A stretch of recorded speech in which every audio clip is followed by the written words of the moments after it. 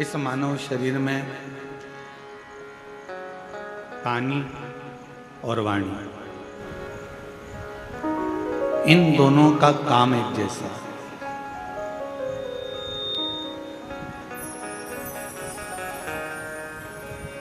पानी अगर गंदा हो गया तो वो पीने के लायक नहीं रहता।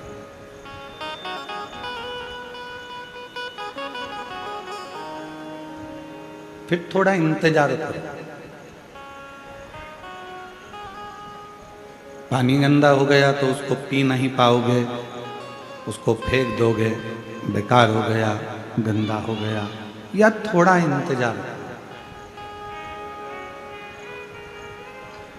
पानी गंदा होने पर पीने के लायक नहीं रहता और वाणी गंदी होने पर बात करने के लायक नहीं रहती।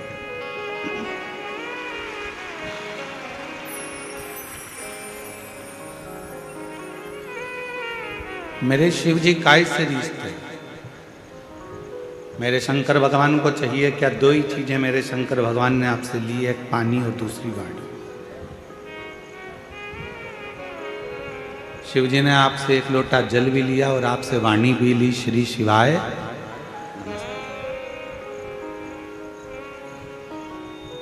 और किसी को रिझाना हो तो यही दो चीज जो शंकर भगवान को चाहिए वही सारी जगत को चाहिए। पूरी दुनिया को आपसे कुछ नहीं चाहिए। जो शंकर भगवान मृत्यु लोक के देव अधिदेव महादेव, जो पृथ्वी के देवता हैं, देव अधिदेव महादेव जो इस मृत्यु लोक के देव हैं, जो उन्होंने संसार के लोगों से लिया वही संसार के लोग भी आपसे लेना चाहते।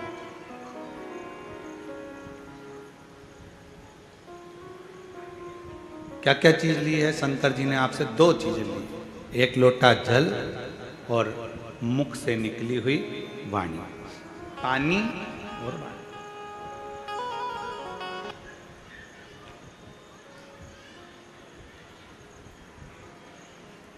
पानी भी शिव जी ने लिया है और वाणी भी शिव जी ने ली।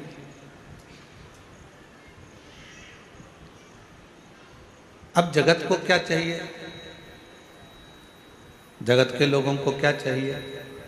जो शंकर भगवान ने आपसे लिया, पानी भी शंकर भगवान ने लिया और वाणी भी ली, उसी तरह संसार के लोगों को भी आपसे कुछ नहीं चाहिए। संसार के लोगों को भी केवल दो चीज चाहिए। एक, कोई अतिथि तुम्हारे दरवाजे पर आए या किसी के प्राण छूट रहे हों तो जरा सा पानी उसको पीने को मिल जाए। अतिथि आए उसका सम्मान पीने के पानी से हो जाए और अतिथि आए तो आपकी मीठी वाणी से उसका सत्कार हो जाए। बस ये दो चीजें चाहिए, जो शंकर को भी प्रिय है और जगत को भी प्रिय है।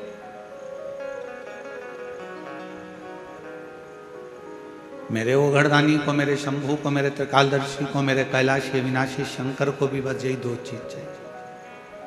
एक श्रेष्ठ तुम्हारी पानी की जो एक लोटा जल लेकर जा रहे हो उसमें आपका भाव शुद्ध हो, निर्मलता का हो, हृदय का हो, भक्ति का हो। और आप जब किसी से मिल रहे हो, भगवान का भजन कर रहे हो, स्मरण कर रहे हो, कीर्तन कर रहे हो तो आपकी वाणी शुद्ध। वाणी ऐसी बोलिए जो मन का आपा हो।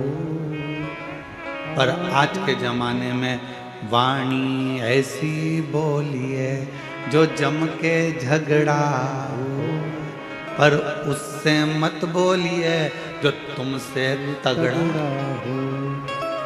आज का जमाना उल्टा है कि वाणी तो बोलो, पर ऐसी बोल रहे हैं लोग, आपस में झगड़ा हो रहा है, लड़ाइयाँ हो रही हैं, अपशब्द कहे जा रहे हैं, ताने दिए जा रहे हैं, गालियाँ दी जा रही है, आड़े टेढ़े वचन बोले जा रहे हैं।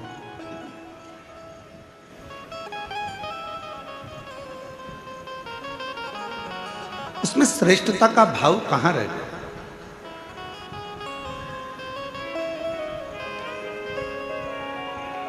बोल मेरी जीवा हरि हरि 10-10 भोजन पान करे और राम नाम में मरी मरी। बोल मेरी जीवा हरि। ये जिह्वा एक ऐसी विचित्र है कि भजन का नंबर आ जाता है तो ये जीवान एकदम मौन हो जाती है, और भोजन का नंबर आ जाता है तो चिल्ला चिल्ला कितना अच्छा बना है, आपकी चटनी तो इतनी अच्छी है, आज तो जो भाजी बनी सब्जी बनी इतनी बढ़िया बनी है, आज की खिचड़ी, आज का चावल, आज का पोहा इतना बढ़िया बना, पूछो ही मत।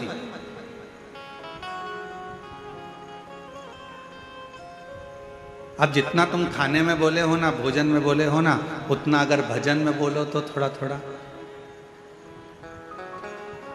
एक नज़ारा रात्रि को देखना निकुंभ में आके, आज नहीं देखो तो कल देखना। कल कथा का चतुर्थ दिवस है, परसों कथा विराम हो जाएगी। कल का कथा का समय तो यही रहेगा 1 बजे से 4 बजे तक। परसों का कथा का समय सुबह 8 बजे से 11 बजे तक हो जाएगा। कल जब कथा का चतुर्थ दिवस रहेगा, विराम दिवस के 1 दिन पहले का दिन कौन सा कहलाता है?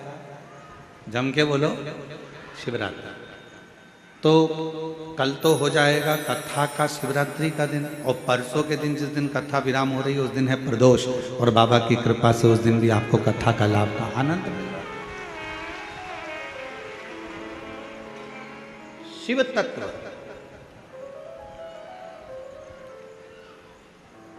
भजन में मन नहीं लगा, भजन में जिह्वा थोड़ा थोड़ा बोलती बोलती बोलती बोलती थक जाता है, और जिह्वा थकी फिर भगवान का नाम जाप स्मरण नहीं हो पाता।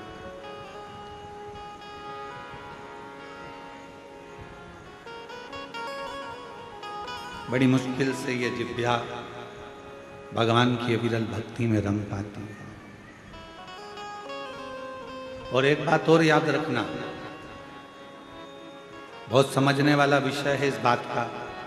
निकुंभ की मेरी जीजियों, छत्तीसगढ़ के मेरे जीजाओं, मेरी बेटियों, बेटाओं, मेरी माताओं, मेरे भाई, एक बात का स्मरण रखना, जितना जितना तुम भगवान की भक्ति में रमती चली जाओगी, लगती चले जाओगी, थोड़े दिन में भगवान मन में सोचते हैं कि ये बहुत ज़्यादा उपास कर रही है, बहुत ज़्यादा तप कर रही है, बहुत ज़्यादा मंदिर में पोछा लगा रही है, बहुत ज़्यादा झाड़ू लगा रही है, बहुत ज़्यादा मंदिर में रोज रोज आ रही है। तो भगवान क्या करते हैं, धीरे धीरे मन में से अपनी भक्ति को हटाने का प्रयास करते हैं, आपको दूर करेंगे।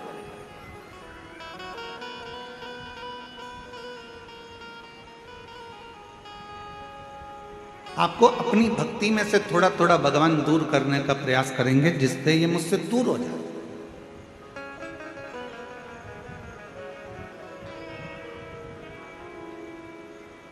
पहले भी कथा में काज फिर कह रहा है, बच्चा छोटा सा है, गोदी में है, माँ बच्चे को कब उतारती है? जब वो बच्चा खिलौने से खेलने लगता है। भगवान अपने भक्त को वैभव देते हैं, गाड़ी देते हैं, बंगला देते हैं, धन देते हैं, संपदा देते हैं, सत्ता देते हैं, सब कुछ देते हैं, और धीरे धीरे मेरे भोले बाबा आपको अपने आप से दूर कर लेते हैं। उस समय पर आपको चतुरता चाहिए। आप कितने भी व्यस्त रहो, आप कितने भी मस्त रहो, आप कितने भी काम में लगे रहो, पर मेरे शंकर भगवान का मंदिर मत छोड़ना, मेरे शिव का शिवालय मत छोड़ो, शिव पुराण मत छोड़ो, शंकर का भजन मत छोड़ो, मेरे महाकाल राजा का द्वार मत छोड़ो, मेरे कुबेर भंडारी का स्मरण मत छोड़ो। बहुत व्यस्त रखेंगे वो।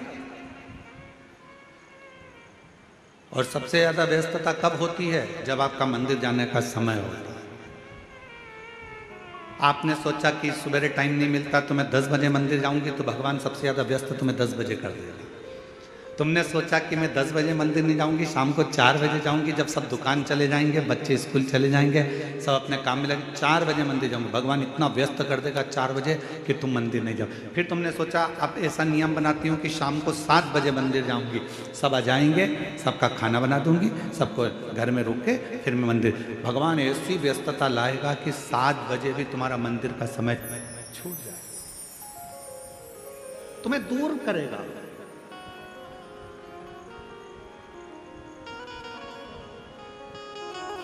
अब उस समय पर आपकी समझदारी चाहिए कि भगवान है मेरे शंभु, है मेरे त्रिकालदर्शी, है मेरे कैलाशी अविनाशी, है मेरे महाकाल राजा, है मेरे काशी विश्वनाथ। ऐसी कौन सी गलती हो रही है जो तुम मुझसे दूर कर रहे हो? भगवान कहेंगे ये गलती नहीं है, मेरे शंकर भगवान कहेंगे इसको गलती नहीं कहते। शिव जी कहेंगे तू इतनी मुझ में रम गई है, तू इतना मुझे मानने लगा है कि तेरे फैसले तू नहीं ले पा रहा, तेरे फैसले मुझे लेना पड़ रहे हैं, इसलिए अब तुझे थोड़ा दूर कर रहा हूं कि तू पूरा मुझ पर ही आश्रित है।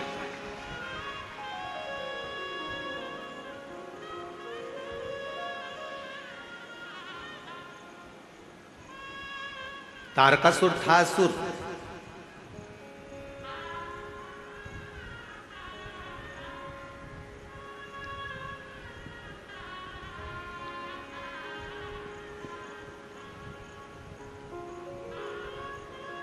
असुर था तारकासुर, पर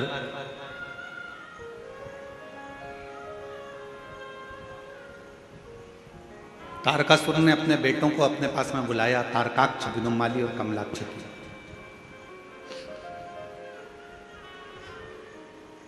तीनों को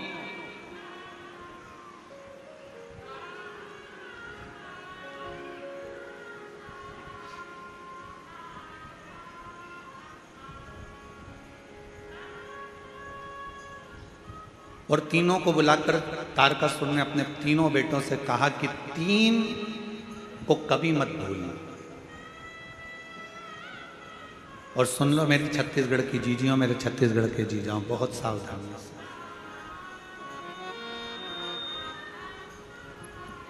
तारकासुर ने अपने तीनों बेटों को बुलाकर कहा कि 3 को कभी मत भूलना। पहले नंबर पर मुसीबत में डालने वाले को कभी मत भूलो, ये बार बार मुझे मुसीबत में डाल देता है। दूसरा, मुसीबत से निकालने वाले को कभी मत भूलो, जो तुम्हें दुख से, तकलीफ से, मुसीबत से निकाल देता है। और तीसरे नंबर का, मुसीबत में साथ देने वाले को कभी मत भूलो, जो तुम्हारे साथ में चल रहा है।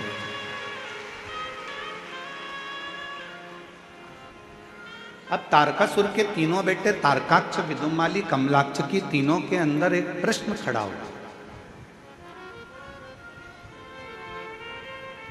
क्या कभी असुरों की चित्तवृत्ति में भी कोई अच्छा प्रश्न आता है? कहा अगर कुछ माता पिता के संस्कार अगर प्रबल हैं तो अच्छे प्रश्न क्यों नहीं आते? तारकासुर के तीनों बेटों के अंदर एक प्रश्न जागृत हुआ।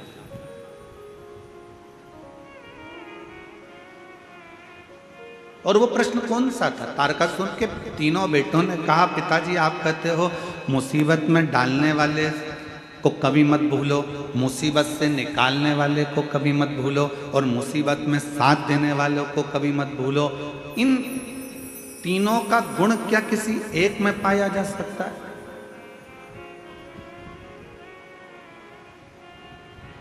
क्यों नहीं? तारकासुर ने कहा एक देव ऋषि नारद ऐसे हैं जो संपूर्ण जगत के कल्याण के लिए कहीं ऐसा क्रम उत्पन्न कर देते हैं कि व्यक्ति को लगता है कि मैं मुसीबत में, और वही देव ऋषि नारद आकर उसको मुसीबत से निकाल भी देते हैं, और वही देव ऋषि नारद उसको मुसीबत में साथ भी देते रहते हैं, उसको मंजिल तक पहुंचाने का काम।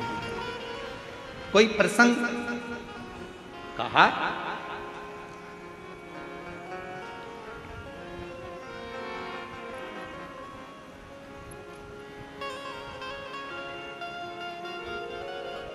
तारकासुर ने कहा, एक प्रसंग मेरे स्मरण में आता है। वो कौन सा प्रसंग है? कहा वो प्रसंग है भगवान शंकर के नेत्र से रुद्राक्ष की उत्पत्ति हुई और भगवान शंकर के नेत्र के जल से ही अंधकासुर की उत्पत्ति।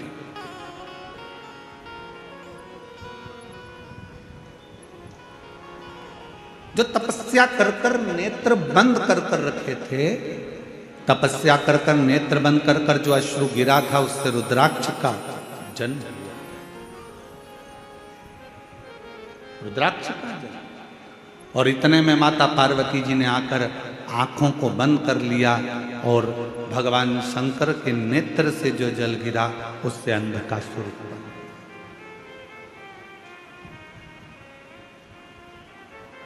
एक तपस्या का जल, एक साधना का जल, एक उपासना का जल, एक मेहनत का जल, एक परिश्रम का जल, एक संघर्ष का जल जो आपके और हमारे शरीर से निकलता है, वो साधारण नहीं होगा। आज पूरा विश्व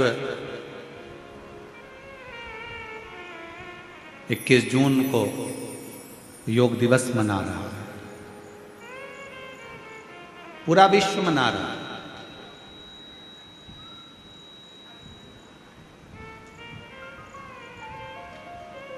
योग ऋषि बाबा रामदेव जी ने पूरे विश्व में इस योग की एक ऐसी अलग जगह दी कि केवल भारत देश ही नहीं, विश्व में भी इस योग दिवस को मनाया जा रहा है। और सभी को इस पवित्र योग दिवस की बहुत बहुत बधाई हो।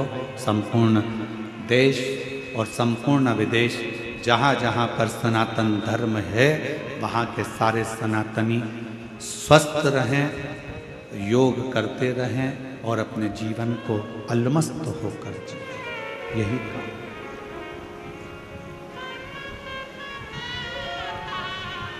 क्या ये तीनों क्रम तारकासुर से तारकाक्ष ने पूछा, विदुमाली ने पूछा, कमलाक्षकी ने पूछा, क्या ये तीनों क्रम एक व्यक्ति में है? नारद जी ने। ठीक है, क्या कोई चरित्र है जिसको हम सुन सके? क्यों नहीं? एक पवित्र चरित्र तारकासुर ने सुनाया। सुनो तारकाक्ष, विदुमाली, कमलाक्षकी, शंकर भगवान के नेत्र बंद करने से उनके नेत्र से जो अश्रु निकला, उससे एक बच्चे ने जन्म ले लिया जिसका नाम था अंधकासुर। पार्वती जी ने उसको गोदी में ले लिया। अब बच्चा अगर जन्म लिया है, बच्चा अगर रो रहा है, तो बच्चे को पार्वती जी ने अपनी गोदी में लिया। गोदी में लिया तो शंकर भगवान से कहा कि ये मेरा पुत्र है। शंकर भगवान ने कहा ये तुम्हारा पुत्र नहीं है, प्रभु आपके द्वारा प्रकट हुआ है, तो मेरा तो पुत्र ही रहेगा।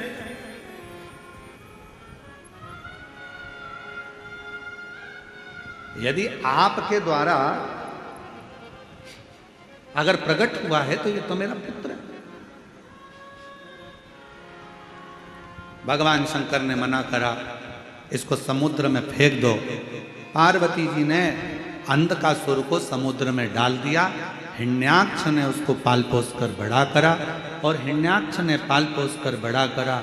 उसको जब बड़ा करा, समय आया, वराह अवतार के रूप में भगवान श्री हरि ने, नारायण ने उस हिरण्याक्ष का वध कर दिया।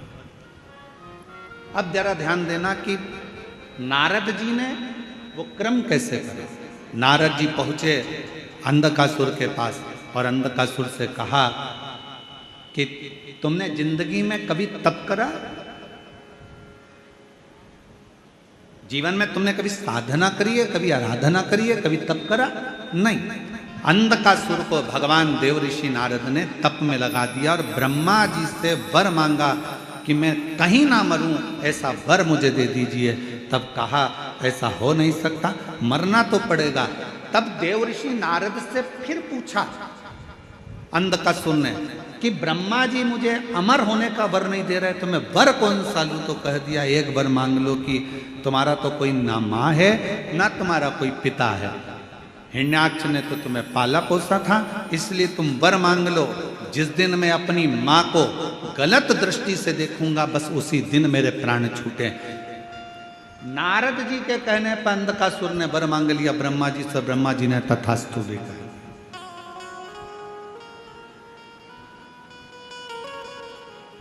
अब तथास्तु तो कह दिया,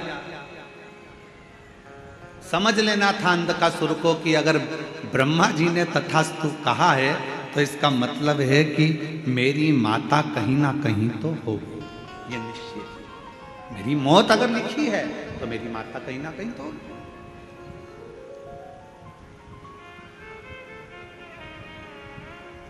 दे दिया भाई।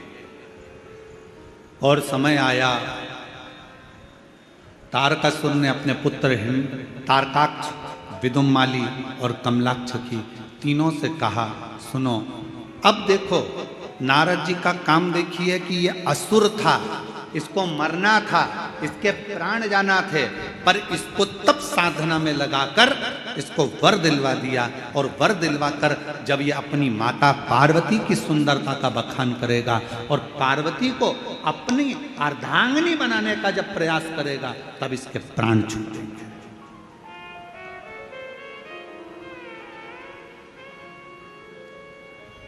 और समझाया देवऋषि नारद ने। ऐसा नहीं कि देवऋषि नारद समझाते नहीं है, नारद जी का काम है समझाना, ज्ञान देना।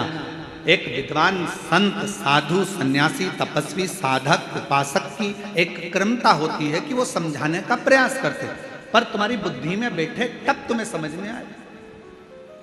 महाराज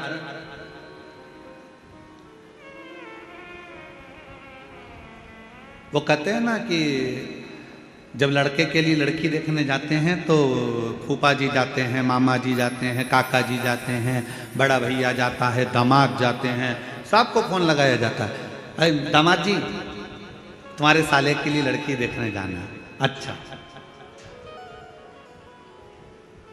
अरे मामा जी तुम्हारे भांजे के लिए लड़की देखने जाना है। फूफा जी तुम्हारे भतीजे के लिए लड़की देखने जाना है। चलो, अब सबको ले जाकर लड़की वालों के यहाँ बिठा दिया और लड़की वालों के यहाँ पर लड़की चाय की ट्रे लेकर आई। तो जितने भी देखने गए थे ये सब आपस में मन में विचार करने लगे कि हम हमारे साले के लिए लड़की देखने के लिए आए हैं, हम हमारी भांजे के लिए लड़की देखने आए हैं, हम हमारे भतीजे के लिए लड़की देखने आए हैं। सब के सब जितने लड़की देखने गए थे सब ने विचार करा, अपना ही निर्णय गड़बड़ हो गया था तो फिर भांजे का निर्णय कैसे ले पाएंगे।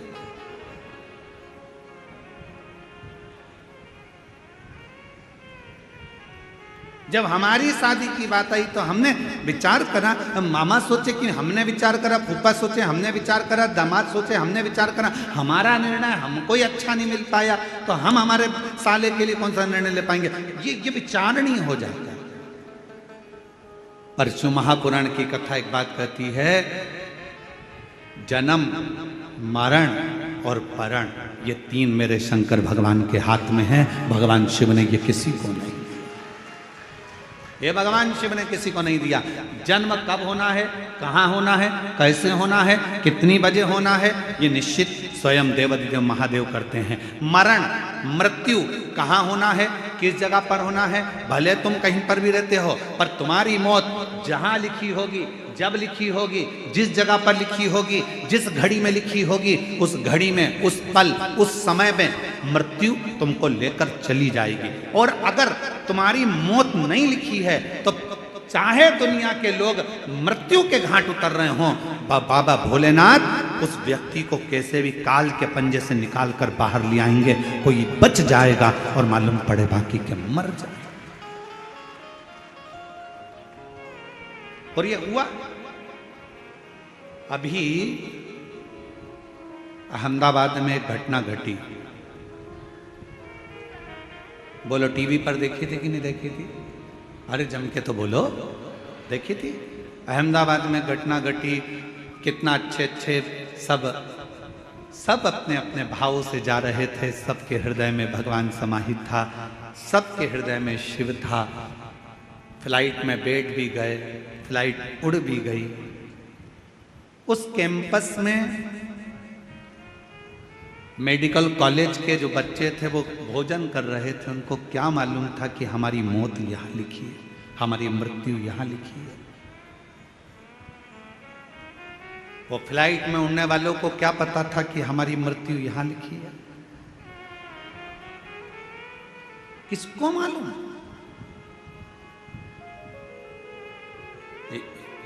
किसी को नहीं मालूम कि मृत्यु कहां, कब, कैसे लिखी है। पूछा था मां पार्वती जी ने भगवान शंकर से, अमरनाथ की गुफा में बैठकर भगवान शंकर से पार्वती जी ने पूछा था, प्रभु मेरा एक प्रश्न का उत्तर दीजिए।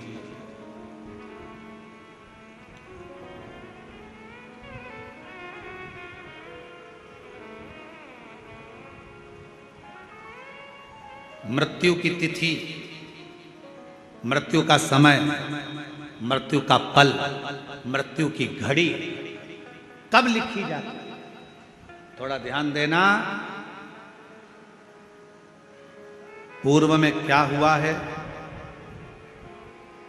तुमने कितना कमाया, कितना गमाया, पूर्व में क्या तुम्हारे पास था, क्या नहीं था, ये बताना सरल है, पर आने वाला समय क्या कह रहा है, कितने दिन जियोगे, कब चले जाओगे, कब आखिरी श्वास होगी, कब भगवान का भजन कर रहे होगे, कब प्राणों को त्याग रहे होगे, ये बताना कठिन है, बहुत कठिन। कोई कितना भी विद्वान संत बन जाए, कोई कितना विद्वान साधु बन जाए, कोई कितना विद्वान सन्यासी बन जाए, कोई कितना भी बड़ा महाराज बन जाए, वो बता नहीं सकता। याद रखना, सबसे पहला दर्शन करने के लिए मेरे शंकर भगवान राम जी के दरवाजे पर गए थे। मां कौशल्या जी की गोद में से राम जी को गोद में लेकर दर्शन किया था। क्या मेरे शंकर भगवान को नहीं मालूम था कि राम जी को 14 वर्ष के लिए वनवास जाना पड़ेगा? मेरे राम जी को मालूम था। क्या मेरे राम जी को नहीं मालूम था कि सीता जी का परित्याग करना पड़ेगा? मेरे शंकर भगवान को मालूम था। पर मेरे शंकर भगवान ने ये सब कुछ देखा, पर भविष्य नहीं बताया कि आने वाले समय में तुम्हारे साथ क्या होने वाला है। याद रखना, संत, साधु, सन्यासी, तपस्वी, साधक, उपासक दुनिया में कितने भी पैदा हो जाएं, पर मृत्यु कब, कहां, कैसे होगी, इसका रिसर्च तो वैज्ञानिक भी नहीं कर सकते, साइंटिस्ट भी नहीं कर सकते। इसका रिसर्च तो केवल एक देवाधिदेव महादेव कर सकते हैं। शंकर ओघड़दानी ने लिखा, पार्वती से कहा, सुनो पार्वती, मृत्यु अटल सत्य है। जब बच्चे की नाल कटती है, माँ के गर्भ से जब बच्चा जन्म लेता है, उसकी नाल कटती है, उस नाल कटने के समय पर बच्चे की मृत्यु लिख दी जाती है कि कब, कहां, किस जगह, कैसे होगी। समय निश्चित हो जाता है।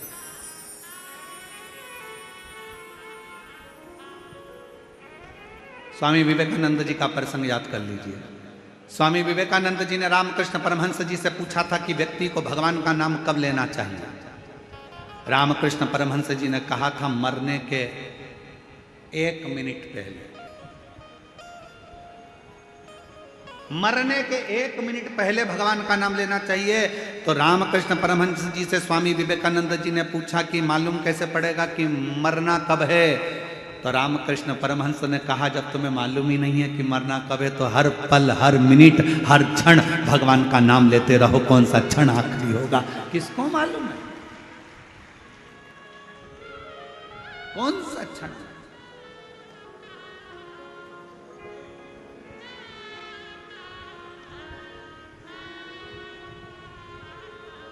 और महाराज, अंत समय प्रभु आना पड़ेगा, वचन दिया तो निभाना पड़ेगा। आए ना आए प्रभु कुटुंब कबीरा, अंत समय प्रभु आना पड़ेगा, वचन दिया तो निभाना पड़ेगा। अंत समय प्रभु आना पड़ेगा। कौन आएगा, किसको मालूम? कब, कौन सा पल, कौन सी घड़ी, कौन सा क्षण कब किसका आखिरी है, इसलिए शिव पुराण कहती है। कई माताएं सोचती है हम परसों के दिन कथा में जाएंगे, अब चौथे दिन संडे पड़ेगा ना जब हम कथा में जाएंगे, और उससे पहले निपट गई तो इसको मालूम।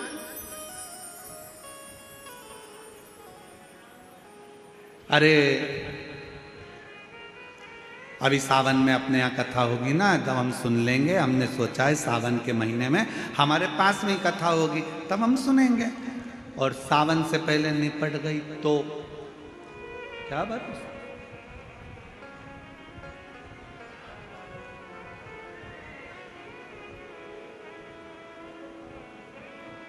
बहुत कठिन महाराज, बहुत कठिन। खूब भगवान का नाम ले, खेत में काम करो, धान बो, अपनी मेहनत को पीछे मत हटो, परिश्रम पूरा करो।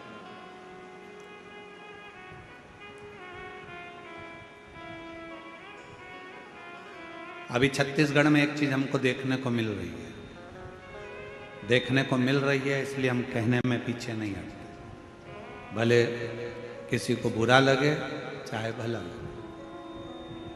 अभी हमको देखने को मिलता है कि कई किसान वर्ग के लोग, गांव के लोग अपनी अपनी जमीन को बेचकर शहर चले जाते हैं और सोचते हैं कि शहर में बहुत सारा सुख होगा, बहुत सारा सुख शहर में होगा। बड़ा बंगला बना लेंगे, जमीन बेची है तो थोड़ा पैसा मिल जाएगा तो बंगला भी बड़ा बन जाएगा, गाड़ी भी आ जाएगी, सब कुछ आ जाएगा। पर मेरा करबद्ध हाथ जोड़कर निवेदन है इस व्यासपीठ से कि जो छोटे छोटे किसान हैं, जो जंगल गांव में रहते हैं, जिनके पास ज़मीन है और जो धान की फसल लगाते हैं या अन्य फसल लगाते हैं, उनसे कहूँगा अपनी ज़मीन बेचकर कभी शहर में मत जाओ। जो गांव में सुख है उस शहर में नहीं मिल सकता। जो अपने गांव में सुख है वो शहर में नहीं। शहर की चमक जरूर लग रही है कि यहाँ गाड़ी मिल सकती है, बंगला मिल सकता है, शहर में पानी मिल जाएगा, शहर में ये मिल जाएगा, एजुकेशन मिल जाएगा, सब कुछ मिल जाएगा। शहर में तुम्हें गाड़ी भी मिलेगी, पैसा भी मिलेगा, धन भी मिलेगा, बंगला भी मिलेगा। तुम जमीन बेच कर जाओगे तो तुम्हारे पास ढेर सारा धन भी होगा, सब कुछ होगा। शहर में सब कुछ मिल सकता है, पर शहर में तुमको जो शांति और प्रेम चाहिए, वो प्रेम और शांति गांव के सिवाय कहीं नहीं मिल सकती।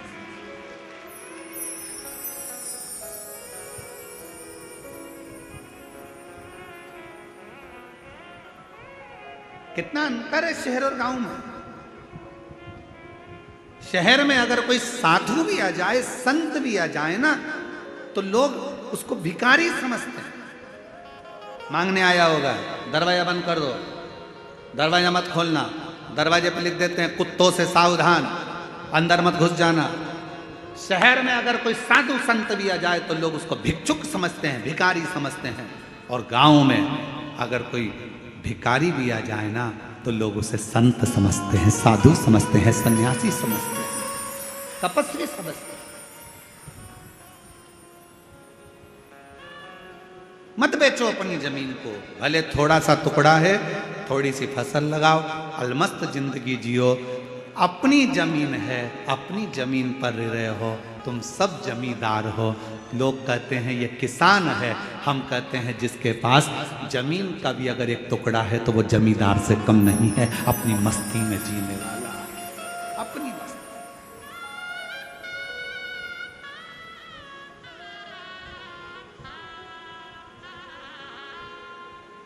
थोड़ा अलमस्त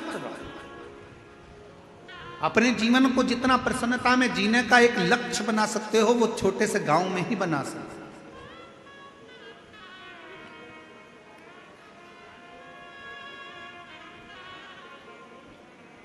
शिव कथा करे, भगवान शंकर का चरित्र करा है, शिव महापुराण की कथा करे, ये भगवान शंकर का संवाद कथा है। भीतर की जो प्रसन्नता है, देवऋषि नारद ने अंधकासुर को भगवान की भक्ति में लगा दिया। अब वो विचार करता है कि वर मिल गया, वर मिलने के बाद उसने विचार करा कि मुझे शादी करना है, कोई अच्छी लड़की मिल जाए। जो लड़की थी कहाँ, शिव जी उसको ब्याह कर ले गए। माता पार्वती जी की सुंदरता की ओर उसका मन डोल गया, मन उसका विचलित हो गया पार्वती जी की ओर, और आखिरी में पार्वती जी को लेने गया। उसको नहीं मालूम था कि ये मेरी माँ है, इसने जब मेरा जन्म हुआ तो गोदी में मुझे ले लिया था, और मुझे गोदी में लेकर ये निश्चित हो गया था कि ये मेरी माता हो। जब बच्चे की नाल कटती है उस समय पर निश्चित हो जाता है कि इसकी मृत्यु कब होगी, कहाँ मरेगा, किस जगह मरेगा, किस जगह प्राण छूटेंगे, जल में, थल में, वायु में, विमान में आदि, कहाँ, गाड़ी में, घर में, जहां उसके प्राण छूटने का होता है वहां का लिख दिया जाता है। अपने जिले में, अपने क्षेत्र में, अपने प्रदेश में, दूसरे प्रदेश में, दूसरी जगह में, कहाँ लिखा वहां जाता है, वहां।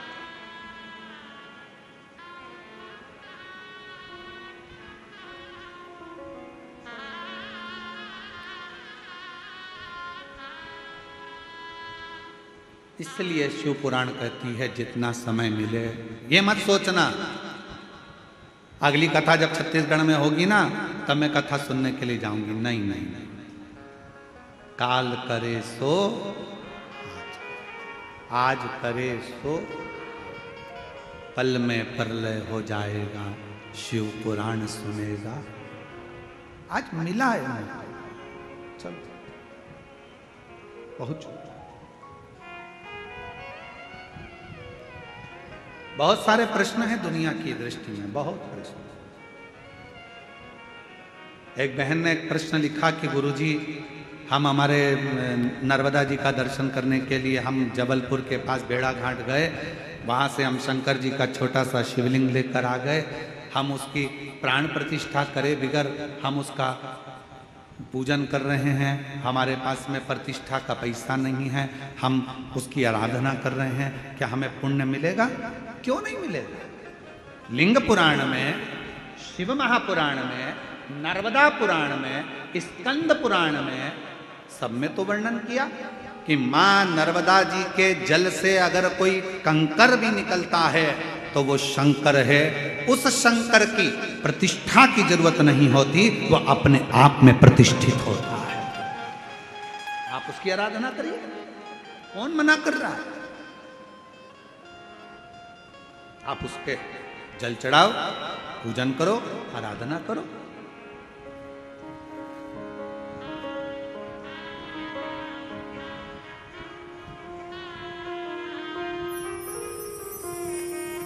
और आप जब उसकी आराधना करेंगे, उसका स्मरण करेंगे तो सुख अपने आप आएगा। और शंभु शरण मांगू घड़ी रे, दुख काटो दया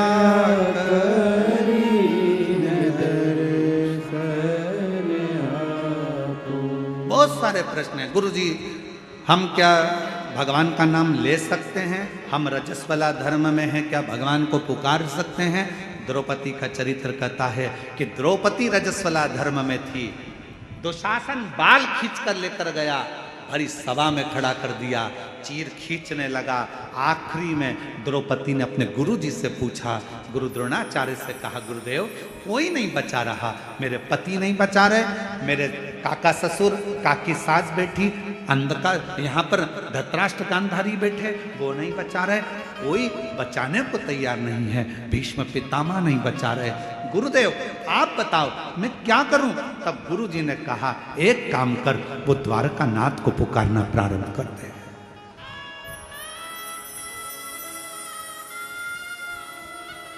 भगवान को पुकार। द्रौपदी कहती है मैं रजस्वला धर्म में हूं, रजो धर्म है मेरा, मैं भगवान को पुकारूं। हाँ आएगा। रजो धर्म के समय पर भी द्रौपदी ने अपना मंत्र का स्मरण करा। शिव महापुराण की कथा कहती है, भगवान का नाम, तुम शुद्ध हो अशुद्ध हो तुम स्नान करे हो ना करे हो, तुम कहां बैठे हो, उससे भी मतलब नहीं। शिव पुराण की कथा कहती है भगवान का नाम कहीं पर भी पुकार सकते हो। कई लोग कहते हैं हॉस्पिटल में हम रुद्राक्ष पहनकर जा सकते हैं, क्यों नहीं? हम ऐसी वैसी जगह पर रुद्राक्ष धारण कर क्यों नहीं? सर्वस्वता शिव का सर्वस्व। क्या तुलसी की माला में गलत क्रम नहीं आएगा? रुद्राक्ष में गलत क्रम नहीं आएगा?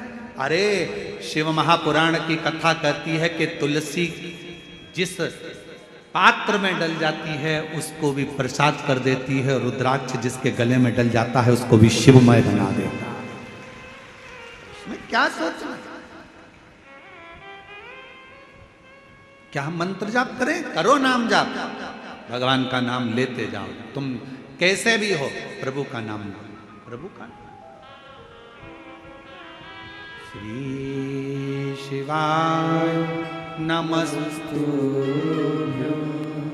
श्री शिवाय नमस्तु। सब बोलो, सब जितने भी बैठे हैं, लाखों की संख्या में आप लोग आए। कोई पंडालों में जगह नहीं है, रोडों पर आप लोग बैठे हो, दिल से बोलिए, भाव से बोलिए। श्री शिवाय नमस्तु, श्री शिवाय नमस्तु, श्री शिवाय नमस्तु, श्री शिवाय नमस्तु। आप भगवान का नाम कहीं पर कभी भी कैसे भी किसी भी घड़ी किसी भी पल किसी भी क्षण पुकार सकते। रात्रि को नींद ना आए, बैठ जाओ, 2 मिनट भगवान का नाम पुकारो। कोई काम अड़चन आ गई है, परिश्रम करो, मेहनत करो, कुछ देर भगवान के नाम का स्मरण करो, भगवान आए आए। जब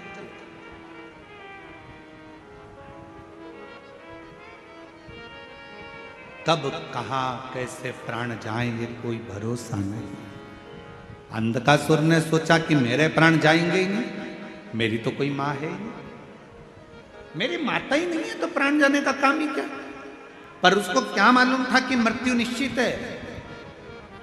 संसार सागर में अगर आप आए हैं तो मौत तो निश्चित रहेगी,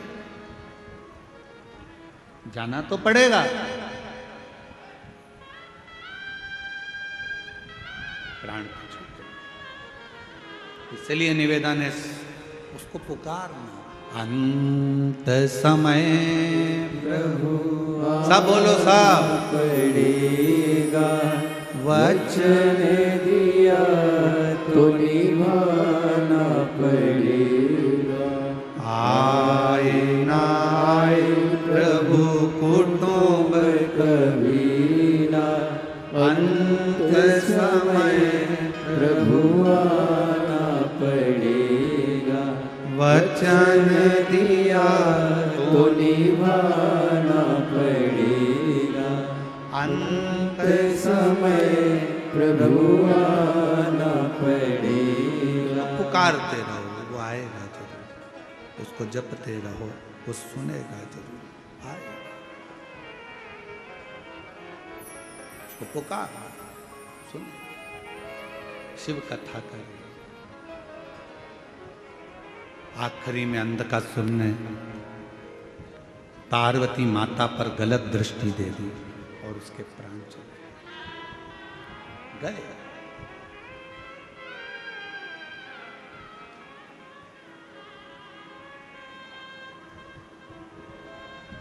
कई लोग ऐसे भी हैं, यहीं बैठे हैं, कई मेरी जीजियां ऐसी बैठी हैं, कई बेटियां ऐसी बैठी हैं, कई जीजा ऐसे बैठे हैं। उनके मन में हमेशा एक बात आ जाती है, ए गुरुजी, हमने भगवान को ऐसे ऐसे कर लिया, गलती हो गई। अब जैसे कल कथा सुनी तो कहा कि गुरुजी आपने बताया कि जिस दिन व्रत होता है उस दिन बेलपत्र नहीं तोड़ना चाहिए, और हमने पुराने समय में हमने पशुपति व्रत करे, हमने तो उसी दिन बेलपत्र तोड़ लिया, तो हमने गलती कर दी। आपको मालूम नहीं था, आपके स्मरण में नहीं था, आपको याद नहीं था। और जब तक मालूम नहीं रहता, स्मरण में नहीं रहता, याद नहीं रहता तो सोच लेना चाहिए कि हमारा शंकर हमें माफ करता चले जा रहा है, हमारा शिव हमें माफ, हमारा शंकर माफ कर रहा है, ये निश्चित है, हमें स्मरण में नहीं था। अब बार बार पीछे का सोचो, बार बार पीछे का स्मरण करो तो आगे बढ़ पाओगे क्या? अरे बोलो तो जम के, बढ़ पाओगे नहीं। अरे ऐसा हो गया, अरे वैसा हो गया, अरे ये हो गया, अरे वो हो गया, बार बार पीछे का याद कर। हिरण और शेर में क्या अंतर है? हिरण 90 किलोमीटर पर घंटे की स्पीड से भागता है। कौन? अरे बोलो तो, हिरण। हिरण 90 किलोमीटर पर घंटे की स्पीड से भागता है और शेर 60 किलोमीटर पर घंटे की स्पीड से भागता है। दोनों में तेज कौन दौड़ता है? अरे बोलो, जम के बोलो, हिरण। वो 90 किलोमीटर पर घंटे की स्पीड से हिरण भागता है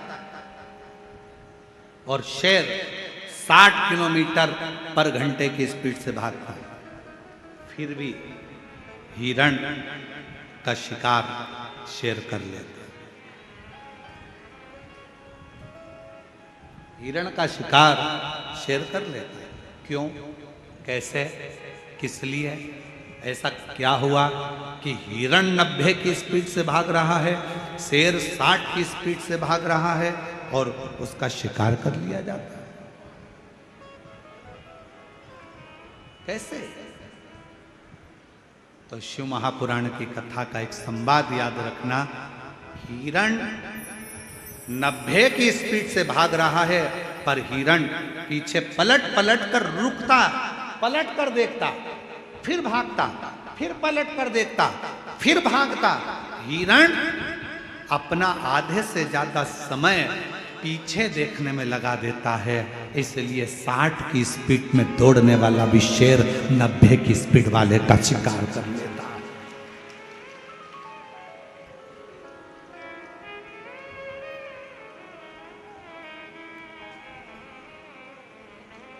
पलट रहा है, पीछे देख रहा है, पीछे, फिर पीछे देखा, फिर पीछे देखा, फिर पीछे देखा, फिर पीछे देखा, तो शेर ने उसका शिकार कर लिया। 90 की स्पीड में भाग रहा था हिरण, पर 60 वाले ने 90 वाले का शिकार कर लिया। पीछे पलटने के चलते। और आपसे निवेदन है मेरी छत्तीसगढ़ की जीजियों, मेरे छत्तीसगढ़ के जीजाओं, मेरी बेटियों बेटाओं, आपसे निवेदन है। कई बेटियां कहती हैं मैंने पहले एग्जाम दिया, 4 बार एग्जाम दिया, 5 बार एग्जाम दिया, मैं क्लियर नहीं कर पा रही हूँ, मैं सीए बनूंगी कि नहीं बनूंगी, डॉक्टर बनूंगी कि नहीं बनूंगी, मैं ये वाला एग्जाम पास करूंगी कि नहीं करूंगी, मैं ये कर पाऊंगी कि नहीं कर पाऊंगी, मैं इंजीनियर बन पाऊंगी कि नहीं बन पाऊंगी, मैं कलेक्टर बनूंगी कि नहीं, मैं एसपी बनूंगी कि नहीं बनूंगी। ये पीछे तुमने कितने भी एग्जाम दिए उसको मत देखो, तुम्हारी स्पीड 90 की होना चाहिए। अच्छा पढ़ो, मेहनत करो, संघर्ष करो और दौड़ते रहो, आगे बढ़ते रहो, फिर तुम्हारा शिकार कभी नहीं होगा, तुम एक दिन अपने सिंहासन पर बैठकर ही रहोगे। एक पत्र है, अच्छा है, देखिए, शंभू शंभू।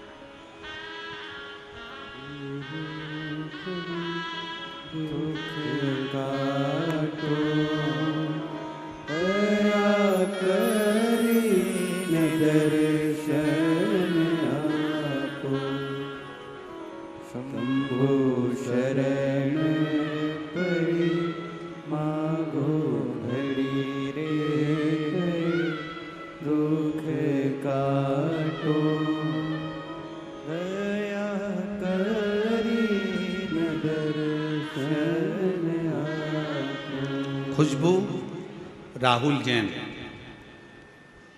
कहीं बैठे हों, खुशबू राहुल जैन, सरोना जिला कांकेर छत्तीसगढ़, मोबाइल नंबर ये है। खुशबू राहुल जैन अगर कहीं बैठे हों तो बेलपत्र लेने के लिए आ सकते हैं। खुशबू राहुल जैन, सरोना जिला कांकेर छत्तीसगढ़, मोबाइल नंबर। गुरुदेव, बाबा का कितना बखान करूं, कम है। गुरुदेव, मुझे झटके आते थे और झटके के कारणवश में गिर जाती थी और मुझे याद नहीं रहता था कि क्या हो,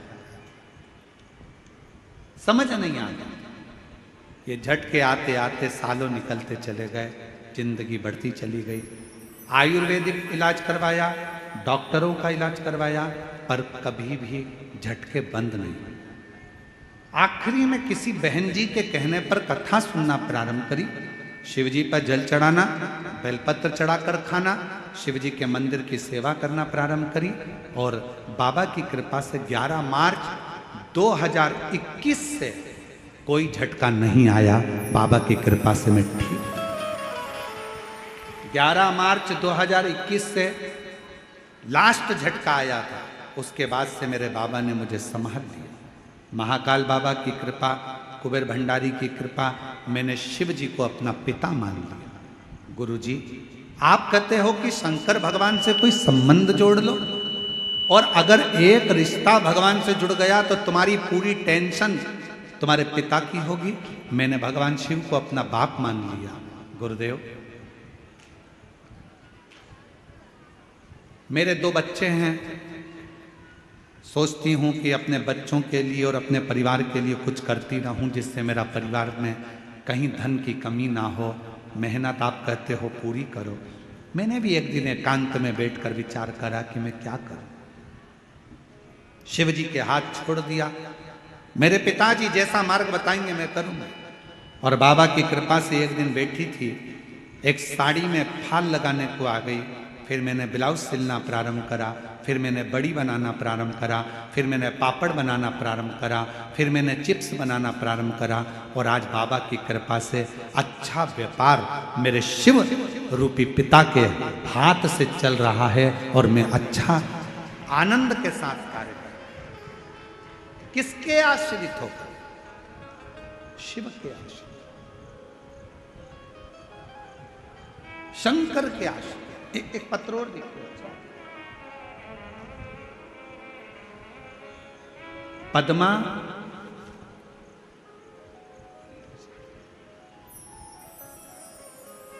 जरा पढ़ के बताओ क्या लिखा है। पद्मा सहारा कि साहला?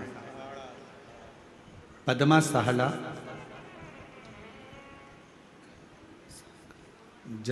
जामसार कला थाना डोंगर गांव से हूँ। कहीं बैठी हों तो हाथ हिला सकती हैं। पद्मा सहारा जामसारा कला थाना डोंगर गांव से हूँ। बाबा, व्यासपीठ को प्रणाम करती हूँ। गुरुजी, मेरे भोले बाबा की माला का वर्णन करूं, उसकी स्मरण करूं।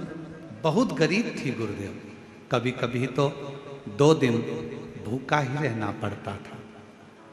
जरा पत्र को आप लोग पढ़ेंगे तो आपको स्मरण में आएगा। बहुत गरीब थी, कभी कभी 2-2 दिन भूखा रहना पड़ता था। मैंने बहुत कुछ सहे गुरुजी, फिर भी मैंने बाबा पर पूर्ण भरोसा कर लिया। आप कहते हो शिव जी को छोड़ना नहीं, मुझे लगता है दिल से अगर शंकर भगवान को पकड़ा तो शंकर भी हमको नहीं छोड़ते हैं गुरुदेव। हमने शिव को पकड़ लिया, विश्वास करना आपने सिखा दिया। आपने कहा कि मेहनत, परिश्रम, संघर्ष और शंकर का भरोसा कभी नहीं छूटता। बस वही मन में था गुरुदेव। मेरा बड़ा बेटा नौकरी में लग जाए, मैं बाबा से प्रार्थना करती थी। मेरे छोटे बेटे की आंख से दिखाई नहीं देता, आंखें कमज़ोर थी। मैं बाबा से प्रार्थना करती कि बाबा मेरे बेटे की नौकरी लग जाए और मेरे बेटे को दिखना प्रारंभ हो जाए, उसकी आंखों में दिखाई नहीं देता। बहुत परेशान, करूं तो करूं क्या? शिव पर भरोसा करा, आपकी कथा दिन रात सुनती, लोग मुझे कहते ये पागल हो गई है शिव जी के लिए, पर आपकी कथा सुनकर आज मेरे बाबा ने ऐसी कृपा कर दी गुरुदेव कि मेरे बेटे की आंख की रोशनी भी ठीक हो गई और 2023 में मेरे बेटे की सरकारी नौकरी भी लग गई बीएसएफ में। बाबा को मैं आज धन्यवाद देती हूँ जो कि राजस्थान में बॉर्डर पर मेरा बेटा नौकरी कर रहा है। बॉर्डर राजस्थान में बीएसएफ की नौकरी पर आज मेरा बेटा है। मेरे शिव की कृपा से आंखें भी ठीक हुई और नौकरी भी। क्या देता है शिव, क्या प्रदान करता है शंकर? मेरा उघड़दानी, मेरी जीजियों, आपको लगता होगा कि यह लाखों की भीड़ आती है, लाखों की जनता शिव महापुराण की कथा सुनने आती है, पर ईमानदारी से बोलना, अगर मेरा शंकर आपकी झोलियों में खुशियां नहीं देता तो क्या तुम ये शिव महापुराण की कथा में जाते क्या? बहुत कठिन है। ना तो यहाँ पर कोई आडंबर है, ना यहाँ पर कोई पाखंड है, ना यहाँ पर कोई दिखावा है, ना यहाँ से कुछ दिया जाता है, ना यहाँ से कुछ प्रदान किया जाता है। केवल तुम आते हो, कथा सुनते हो, दिल लगाते हो बाबा से और बाबा तुम्हारी झोली 3 महीने में भर देता है। ये उसकी कुछ भी नहीं है यार। सीहोर वाला महाराज तो मिलता भी नहीं है।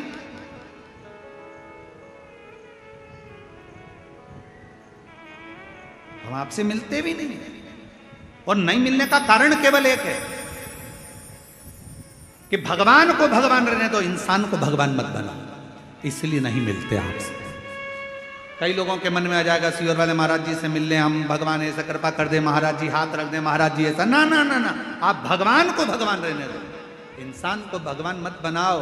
आज के जमाने में ढेर सारे भगवान बन के बैठे हुए हैं, ढेर सारे।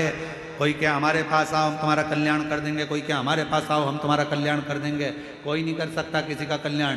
दुनिया में केवल एक शंकर ही ऐसे हैं जो जगत का कल्याण कर सकते हैं, बाकी का कोई नहीं मिलते हम। और इस बात के पीछे बहुत विवाद भी होता है। कई लोग कहते हैं महाराज जी तो चाय पीने जाते होंगे तो इतने लाख ले लेते होंगे, कई लोग कहते हैं महाराज जी तो ऐसे जाते होंगे किसी के घर तो करोड़ों रुपए ले लेते होंगे। ना ना ना ना, हम चाय तो हमारी जिंदगी में आज तक मुंह पे रखी नहीं, क्योंकि हमारे घर में जब हमारी परिस्थिति ऐसी थी तो हमारे यहाँ चाय बनाने के लिए दूध का भी पैसा नहीं था। तो हमें स्मरण में है हमारी माँ थोड़ा सा कहीं से अगर गुड़ मिल जाता था तो पानी में घोल कर उसको दे देती थी, होठ पर लगा लेते थे तो लगता था कि चाय ऐसी होती होगी। उस परिस्थिति से निकले हैं तो आज तक चाय मुंह पे रखी नहीं, उस परिस्थिति का स्मरण। क्यों नहीं, नहीं। आप और हम भी भगवान के एकांत में बैठकर शिव नाम का भजन करें, स्मरण करें, चाकरी करें, मंत्र जाप करें और आप भी शिव से लगन लगाओ, उसकी ओर जाओ जिसकी जरूरत है। सीहोर में भी आओ। हमने एक बार कथा में कहा था, आपके घर के नजदीक में अगर शंकर जी का मंदिर है, आप रोज शिव जी के मंदिर में जल चढ़ाने के लिए अगर जाते हो, तो हमने कहा था उसके बीच में अगर तुम्हारी मौसी का घर पड़ जाए, मामा का घर पड़ जाए, सहेली का घर पड़ जाए, रिश्तेदार का घर पड़ जाए, बेटी का घर पड़ जाए, माँ का घर पड़ जाए, तो भी उस रिश्तेदार के घर मत जाना, सीधे मंदिर, मंदिर से सीधे घर आना, क्योंकि शंकर भगवान कब क्या देकर भेज देगा तो वो खजाना लेकर अपने घर जाइए। सीहोर कुबेरेश्वर धाम पर आओ तो यह सोचकर आना कि मैं अपने पापा के घर जा रही हूं, मैं अपने पिता के घर जा रही हूं, मैं अपने बाबुल के घर जा रही हूं। ऑटो वाला कहेगा यहां ले चलता हूं, वहां ले चलता हूं, ये करता हूं, वो करता हूं। नहीं, मुझे मेरे पिता के घर लेकर चल, मुझे मेरे कुबेरेश्वर धाम लेकर चल। मैं रेलवे स्टेशन पर उतरी और बाबा से कहो कि मुझे मेरे बाबा के घर लेकर चल। देगा तो मेरा बाप देगा, और जो बाप देगा वो दुनिया में कोई नहीं दे सकता है। मेरा शंकर मुझे, मैं उसके अधीन हूं।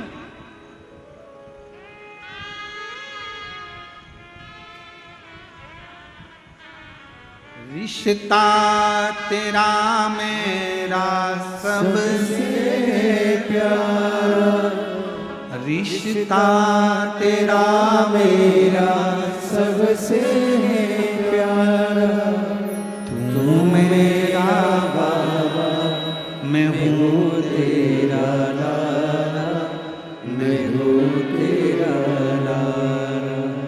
तू मेरा बाबा, मैं हूँ तेरा लाला, मैं हूँ तेरा लाला। मेरा संबंध मेरे बाबुल से है, मुझे उसके द्वार जाना।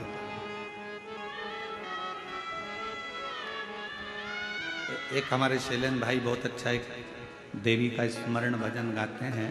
वो स्मरण में आता है कि अब ना रोको ना रोको, माँ के द्वार जाने दो। अब ना रोको ना रोको, माँ के द्वार जाने दो। माँ के द्वार जाने दो, माँ के द्वार जाने दो। अब न रोको न रोको, माँ के द्वार जाने दो। अब न रोको न रोको, माँ के द्वार जाने दो। एक बार जाने दो मुझे, एक बार जाने दो। एक बार जाने दो मुझे, एक बार जाने दो।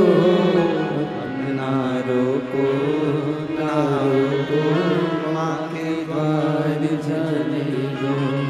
अब ना रोको ना रोको, माँ के द्वार जाने दो।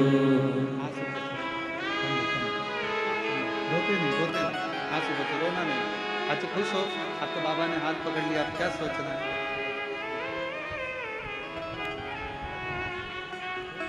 रोते नहीं, खुश हो। बाबा बुलाए। खुशबू जैन, जिसने शिव पर भरोसा कर कर बाबा ने हाथ पकड़ा और बाबा की कृपा से आज अग्रणी है। अब ना रोको ना रोको, माँ के द्वार जाने दो। एक बार जाने दो मुझे, एक बार जाने दो। एक बार जाने दो मुझे, एक बार जाने दो। अब ना रोको ना रोको, माँ के द्वार जाने दो। अब ना रोको ना रोको, माँ के द्वार जाने दो। वो उसके द्वार, उसकी चाकरी, उसकी शरणागति, कहीं नहीं जाऊंगी, भटकूंगी नहीं, कहीं नहीं।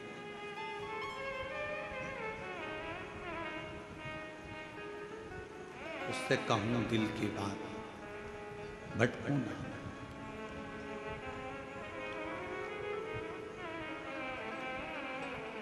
कब, कहाँ, कैसे वो कृपा कर दे, उसका भरोसा नहीं, पीछे नहीं पलटती। क्या हुआ पहले, मैंने एक बार एग्जाम दी, नहीं निकली गुरुजी, दूसरी एग्जाम दी, नहीं निकली गुरुजी, कोई बात नहीं, मेहनत कर रही हो ना बेटा, अपना परिश्रम कर रही हो ना बेटा, सफलता मिलेगी। हार उसकी होती है जो हाथ पर हाथ रख कर बैठा रहता है।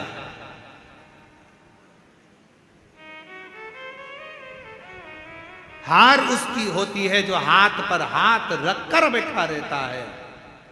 मेहनत करने वाला तो एक दिन विजय प्राप्त कर कर ही रहता है।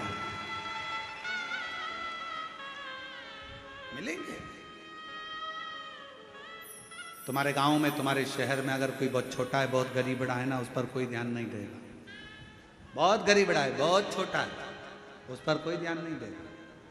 पर वही व्यक्ति अगर बड़ा हो गया, वही व्यक्ति धनपति हो गया, वही व्यक्ति विद्वान हो गया, उसी को लोग पूछने लगे, उसी को लोग जानने लगे, तो लोग फिर ताना भी देना प्रारंभ करेंगे। छोटे हो, छोटे बने रहोगे, कोई ना पूछेगा, छोटे हो कोई ना ध्यान देगा, पर जैसे ही तुमने पद प्रतिष्ठा यश वैभव प्राप्त करा, आपके ऊपर ताने भी लगेंगे, गाली भी लगेगी, अपशब्द भी लगेगा।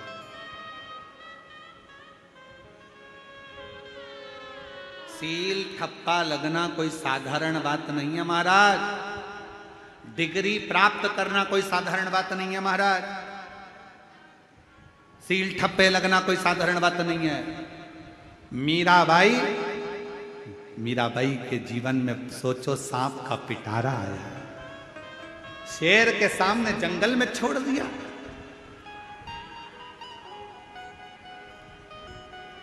कितना कितना कष्ट मिला मीराबाई को। पूछा मीराबाई ने, मैं गिरधर की गिरधन मेरा, और मुझे इतना कष्ट सहना पड़ रहा। संत रविदास जी महाराज के चरणों में बैठकर मीराबाई ने पूछा, गुरुदेव, ओ गुरुदेव।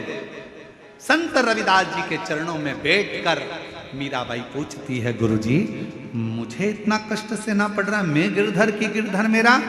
संत रविदास जी महाराज जी ने कहा, मीरा, जो भगवान के करीब में आता है, जिसको भगवान अपना बनाकर पृथ्वी पर जन्म देता है, उसको दुनिया के ताने, गाली, अपशब्द बहुत सहना पड़ता है, क्योंकि भगवान के हो रहे हो, भगवान ने तुमको जन्म दिया है और उसके लिए जी रहे हो, तो बहुत सहना पड़ेगा, बहुत सहना पड़ेगा,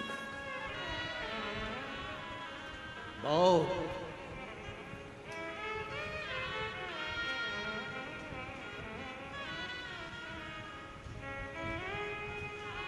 बहुत फिर भी हार माना।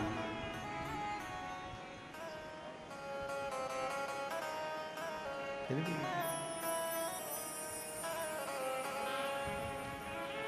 बस उसकी भक्ति में एक विश्वास, एक विश्वास।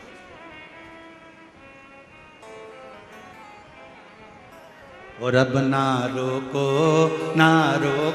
माँ के द्वार जाने दो, अब ना रोको माँ के द्वार जाने दो, अब ना रोको माँ के द्वार जाने दो, अब ना रोको माँ के द्वार जाने दो, माँ के द्वार जाने दो, मुझे एक बार जाने दो, माँ के द्वार जाने दो, मुझे एक बार जाने दो, माँ के द्वार जाने दो, मुझे एक बार जाने दो, माँ के द्वार जाने दो, मुझे एक बार जाने दो, अब ना रोको माँ के द्वार जाने दो, अब ना रोको माँ के द्वार जाने दो, अब ना रोको माँ के द्वार जाने दो, अब ना रोको माँ के द्वार जाने दो।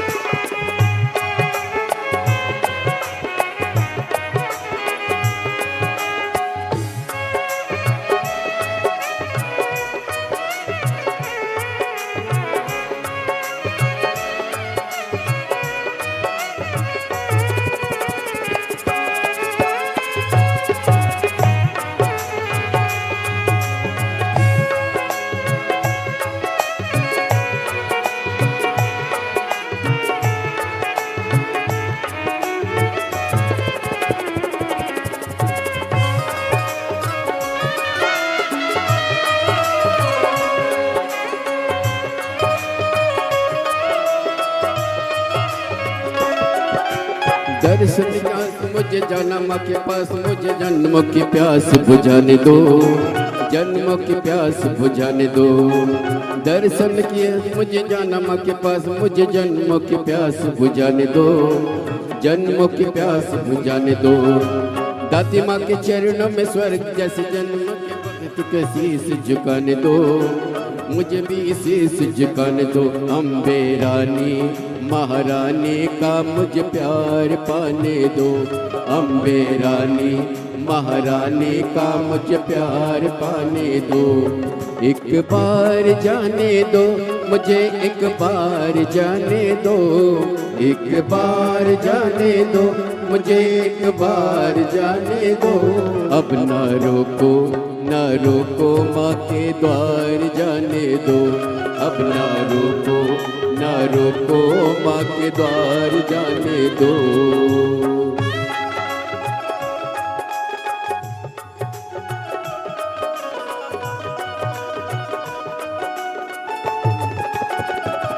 जय हो।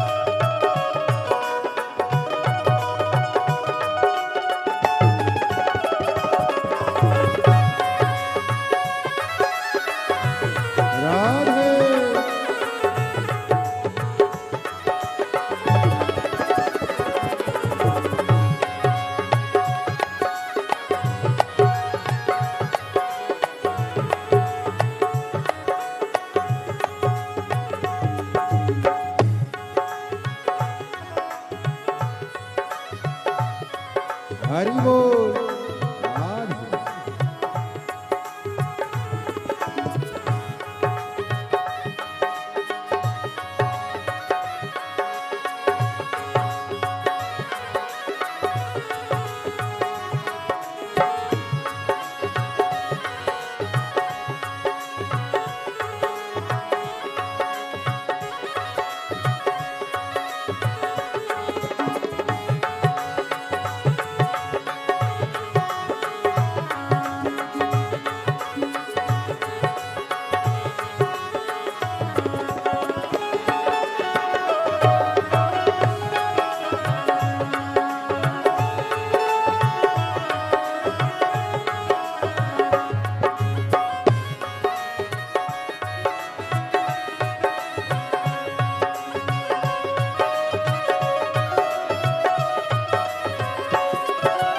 भरे भंडारों से सच दरबारों से सबकी भरती है झोलिया, सबकी भरती